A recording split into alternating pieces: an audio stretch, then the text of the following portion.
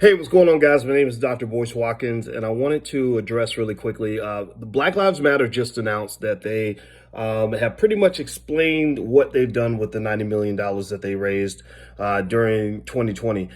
First of all, I was surprised. I thought the number should be higher. I thought it was higher than 90 million. I saw companies giving 10 million here, 5 million there, 20 million here, 20 million there. And now all that money didn't go to Black Lives Matter, but you guys know that Black Lives Matter has become kind of the front runner in terms of raising money off of the struggle of Black people. Now, this is not an affront to Black Lives Matter one way or the other, but one of the things that I think is really interesting is that the company doesn't really the organization, sorry, didn't mean this, maybe that's a Freudian slip.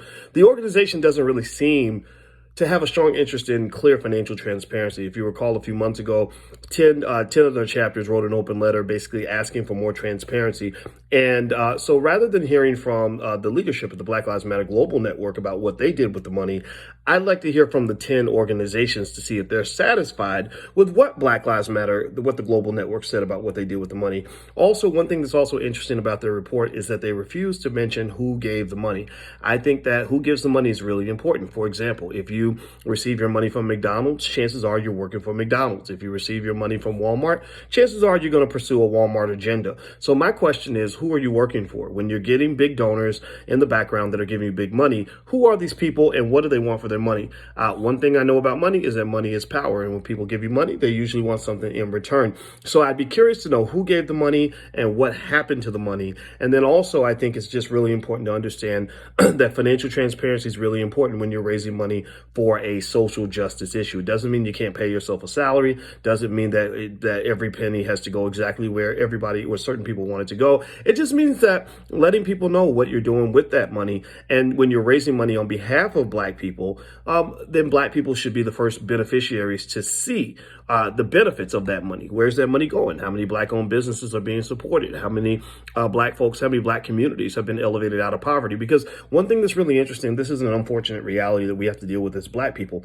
is that a lot of people make a lot of money off our suffering. They market us, whether you're talking about Africa and people marketing little children, starving children to raise money for their foundation. The Clinton Foundation raised a lot of money on behalf of Haiti. Haiti ain't got much better. I haven't seen any evidence that Haiti's a better country because the Clintons went over there and saved the day.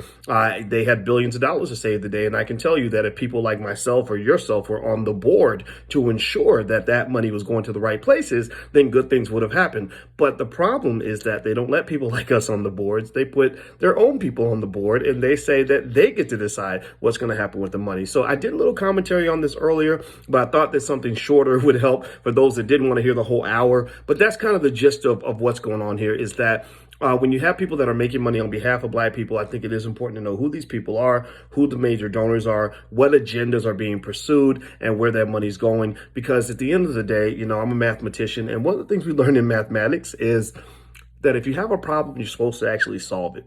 You're not supposed to pretend like you solved it. You're not supposed to engage in a lot of symbolism to act like you're solving it. You're not supposed to be claiming for 25 years, we're solving the problem. We're solving the problem.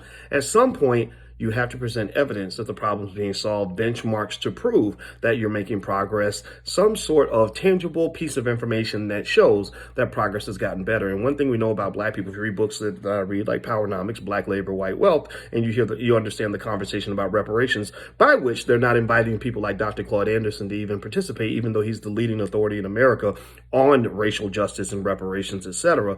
His book Powernomics is no one else. I don't think there's been a book written like this in history. It's definitely way up there. It was once called the Bible of Black economics. So the fundamental question becomes, what's the difference between the people that are really solving the problem versus the people that are pretending to solve the problem? And I'll let you decide what that means, but I think you have to really think that through. So I'm not saying Black Lives Matter isn't making progress. They certainly got a lot of attention on issues that related to specific police killings, but I think that there's maybe more that could be done. I don't know. Leave your comments in the chat. I'm out of here. Have a good day. I'll see you soon. My name is Dr. Boyce Watkins. I'll talk to you later. Bye-bye.